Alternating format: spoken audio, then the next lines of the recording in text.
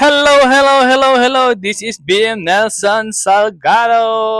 Ayan. So, nandito naman tayo sa isang vlog. So, tuturuan ko po kayo kung paano yung isang diskarte na naman ng mga ka-BM natin. So, ka-BM, ka-BM nito, ito yung mga nakaka-relate na mga visual merchandiser, no? So, nandito kagabi, actually kasi tapos na ang Eid. So pinatanggal na o tinatanggal na namin yung aming decal. So ngayon tuturuan ko kayo kung paano ba matatanggal o matanggal yung mga naiwang na mga tawag ko ito, mga naiwan na sticker o yung mga smudge na galing sa glass. No? Kasi actually kagabi, pakita ko sa inyo, wait lang ha. Ito papakita ko sa inyo. Eto mga ka-BM, so eto yung tinanggalan ko kagabi na hindi, makikita nyo dito, kasi yung usually na ginagamit before o mga lumaan, yung mga hindi pa ako wala pa mga diskarte, no? Siguro nung bago-bago pa ako sa pagiging BM, hindi ko to alam. So actually, ang ginagamit ko no mga panahon na yon is yung tinatawag na cutter. So, para matanggal yan, kasi ito yung mga tinanggalan nito eh. Ito yung mga tinanggalan yan. So, ito yung mga dumikit na smudge on sticker o mga sticky. No? Ayan yan siya. So, usually, yung mga hindi pa, wala pang mga diskarte talaga, ang ginagawa nila, cutter. So, matagal yan. Pag ganyan, matagal niyang matanggal. Kikita nyo, ang hirap tanggalin. Yan. Tapos minsan ginagamitan pa yan ng ginagamitan pa ng yan ng glass cleaner. Ayan, mga glass cleaner na ganito. Para daw lumambot. Para daw lumambot yan. Yan, ganyan. Para daw lumambot. May tuturo ako isang kaparaanan, no? Na mas mabilis. Kaysa dito. Kaysa doon sa ginagawa natin na madalas, no? Ituturo ko sa inyo. So, ang gagawin po natin is, ang gagawin po natin is kailangan natin ng dalawa lang. Isang tawag diyan na towel o basahan na pwedeng pantanggal doon sa sticker na 'yon at ang steamer. Alam ko lahat tayo mga ka-BM, no? Gumagamit tayo ng steamer. So ang gagawin nyo lang is iinitan nyo yung i-steam nyo yung mga sticker na nakalagay sa glass, and then madali nang matanggal yon. Pupunasan nyo lang siya. Yun, madali na siya matatanggal. Papakita ko sa inyo. So kailangan lang natin ito. Kailangan natin ng steamer. Yan, steamer. At basahan. Yan. Dalawa lang. I-steam natin yung nakalagay no sa glass na yon at madali nang matanggal yon. Easy na sa atin yan. Papakita ko sa inyo. Ayan, so kunin ko lang yung steamer ko.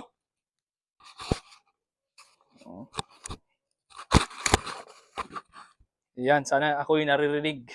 O yan.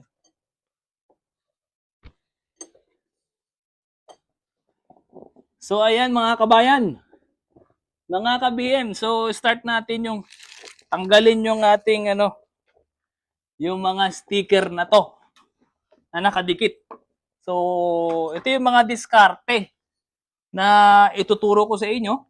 So ang gagawin nyo lang talaga is steam nyo lang siya, ganyan lang mga 2 seconds, 2 minutes, ganyan lang. Mga ilang second lang. Ayan kita nyo siya. Ini-steam ko. O yan. Tapos ayan very easy. Easy lang tanggal na. Easy lang mga ka-BM easy lang talaga siya. Yan Yan I-steam nyo lang siya. Yan, kita nyo? Very easy. Yan I-steam nyo lang siya mga ilang minuto. Seconds lang. Ganyan po kadali. Yan ang mga diskarte. Nung hindi ko po alam to, wala. Matagal po ako bago ko nakakatanggal ng mga ganito. Yan. Kita nyo siya, madali lang siya. Hmm? Oh. Kailangan mo lang steamer. Yan, oh. I-steam lang siya. Ayan, steam, steam, steam. Yan. Hmm? Para ka lang nagpupunas. Hmm. Oh. Siguro kaya nga po yung sinasabi doon no, sa mga t-shirt no, wag daw i-steam yung mga yung mga nakalagay yung mga naka-printed, kailangan daw nakataob yung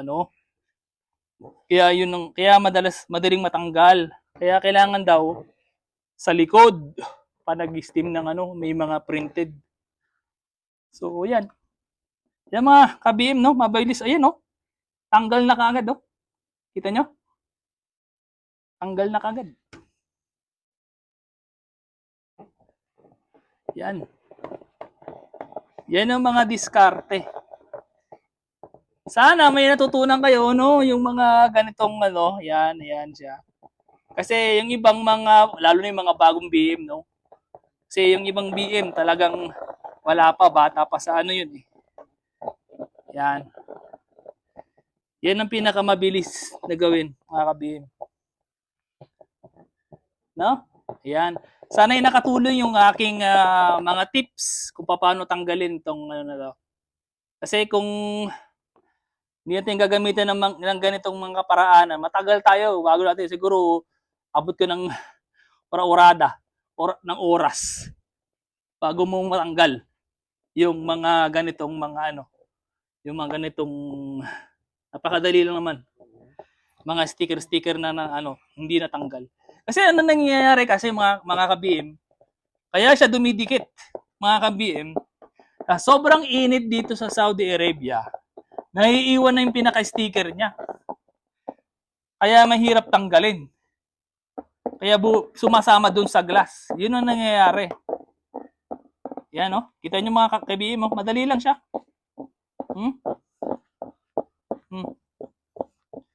Yan.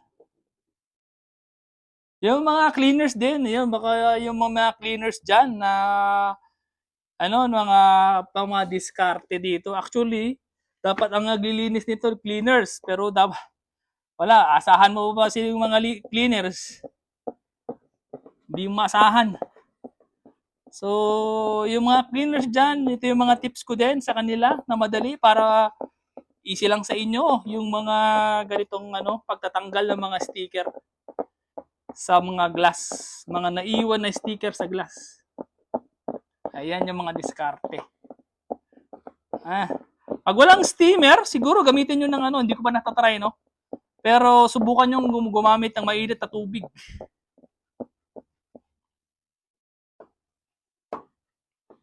Pero kasi dito sa akin, ito yung available ko. O kaya gas, sabi nila gas. Pero mas mahirap pa rin. Sinubukan ko dati, gas. Mas okay pa rin to sa akin yung tagi-steam. Kasi ito naman yung available talaga dito. So, mas madali din naman. Kaya siguro yung mga sa mga t-shirt nga din, no? Yung mga t-shirt natin na pag may mga bubble gum, naiwanan ng bubble gum, dumikit, pwede nyo gamitin to. Steam lang. Steamer lang. Ganito yung mga kaparaanan para madaling matanggal. Yan. Kaya comments lang kayo mga kapatid, mga ka-BM, mga ka-BM, no? Kung meron pa kayong mga idea para madaling matanggal yung sa mga sticker dito sa sa mga glass na ganito.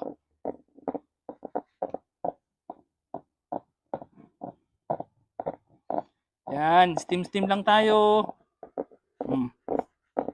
Yan. Oh.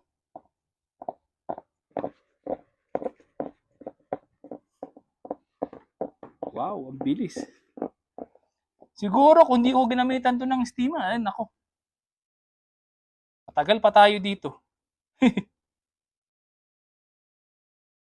Yan.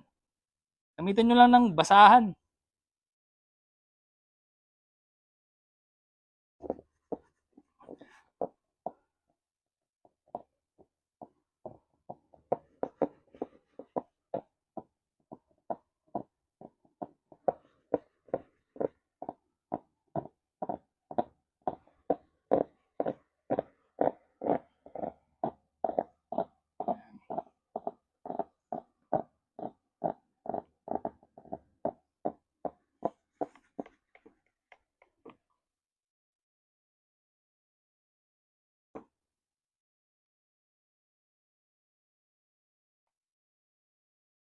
Yan